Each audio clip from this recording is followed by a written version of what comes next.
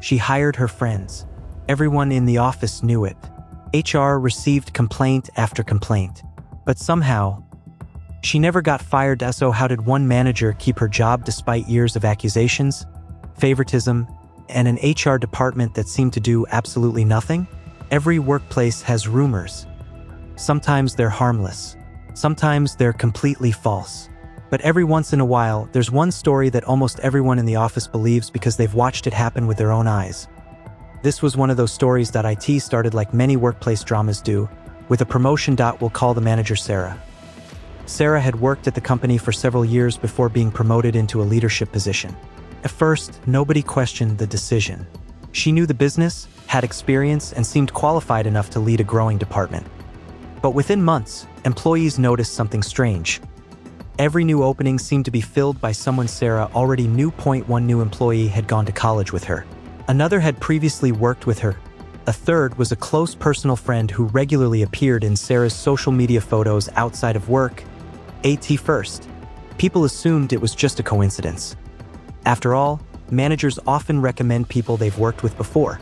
Companies even encourage employee referrals because they can reduce hiring costs and bring in trusted candidates.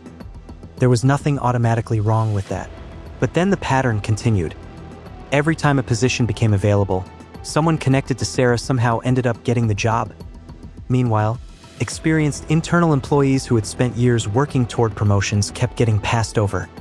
That's when frustration began building inside the office. Employees started comparing notes. Some realized interviews seemed unusually short whenever Sarah's friends applied. Others noticed job postings appearing only briefly before mysteriously disappearing. Several workers claimed they never even knew positions had opened until someone new was already sitting at the desk. Whether every accusation was true or not, perception quickly became reality. The department slowly divided into two groups. There were Sarah's people and everyone else. The atmosphere changed almost overnight.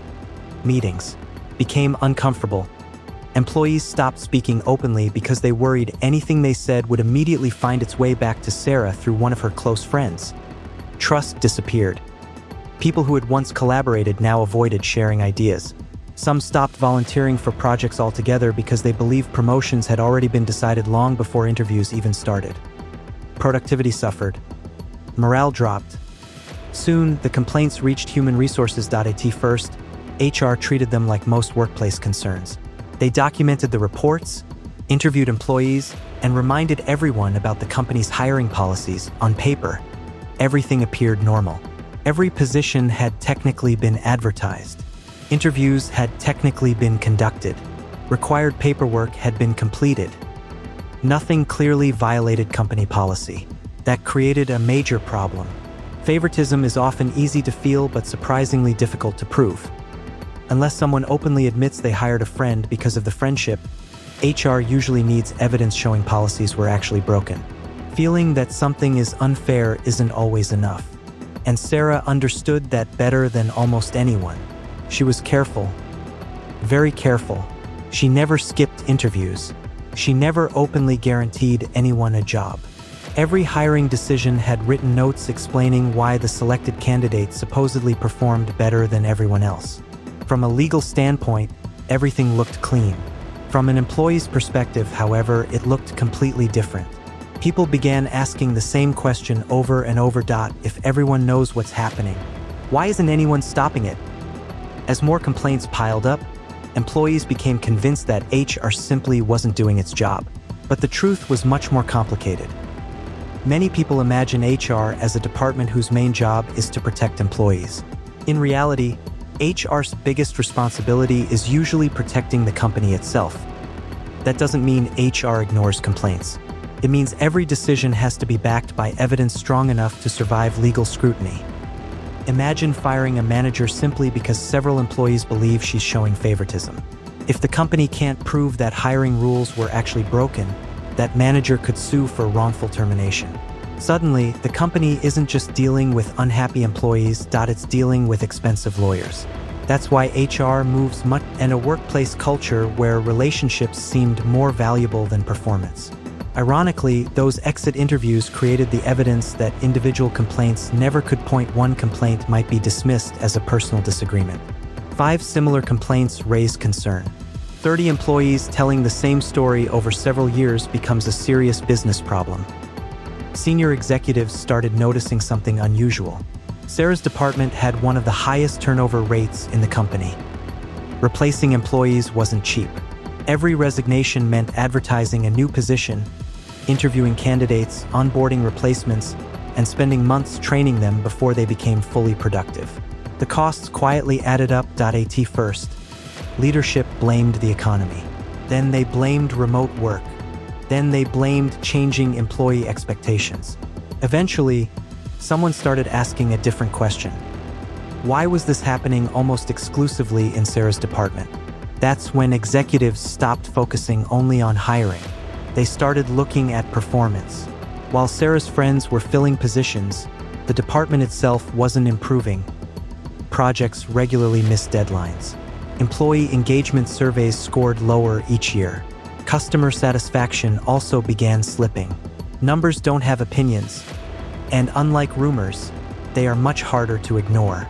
Suddenly, leadership wasn't investigating whether Sarah hired her friends. They were asking whether she was actually leading the department successfully. That changed everything, because favoritism alone hadn't been enough to remove her. Poor business results were. It's a lesson many employees don't realize. Managers often aren't judged only by who they hire. They're judged by what happens after those people are hired. If the team performs well, leadership may overlook concerns for a long time. But when performance begins falling, every previous complaint suddenly becomes much more important. Sarah had spent years carefully protecting herself from policy violations. What she couldn't protect herself from were the numbers. And the numbers were finally starting to tell a story no amount of paperwork could hide. In the end, Sarah wasn't removed because someone finally proved she hired her friends. She wasn't caught in one dramatic meeting. There wasn't a secret recording or a leaked email that exposed everything. Instead, the situation slowly caught up with her. Leadership realized the department had become unstable. Good employees kept leaving. New hires struggled to fit in. Team morale stayed low, and business results continued getting worse. One by one. The warning signs became impossible to ignore. The interesting part is that Sarah still wasn't officially accused of favoritism. Instead, the company announced a leadership restructuring. Her responsibilities were quietly reduced. Some hiring decisions were moved to another executive. A few months later, she accepted a position at another company, and the announcement described it as a career opportunity. To outsiders, it looked like a normal resignation. Inside the company, employees knew the real story. She had survived every HR complaint. She had survived every investigation. But she couldn't survive the long-term damage those decisions caused. Looking back, many employees realized they had misunderstood HR from the beginning. They thought HR would remove a manager simply because people complained. That's rarely how large organizations work. HR usually acts only when complaints can be supported by facts, documents, policy violations, or measurable business risks. Without those things, even repeated complaints may not lead to immediate action. That's why situations like this can continue for years. It's frustrating, feels unfair, but companies often move much slower than employees expect. The biggest lesson isn't just about one manager. It's about workplace culture. Hiring friends isn't automatically wrong. Many talented employees get opportunities through referrals every single day. The problem begins when personal relationships become more important than fairness, transparency, and performance. The moment employees believe success depends on who you know instead of how well you work, trust begins to disappear. And once trust is gone, rebuilding it becomes one of the hardest challenges any company will ever face. Ironically, Sarah didn't lose because she hired friends. She lost because the workplace stopped functioning the way a healthy team should. Employees left. Results declined. Leadership eventually noticed. And by then, the damage had already been done. The biggest mistake wasn't believing she could hire people she trusted. It was believing that if every hiring decision looked legal on paper, nobody would ever notice the bigger picture.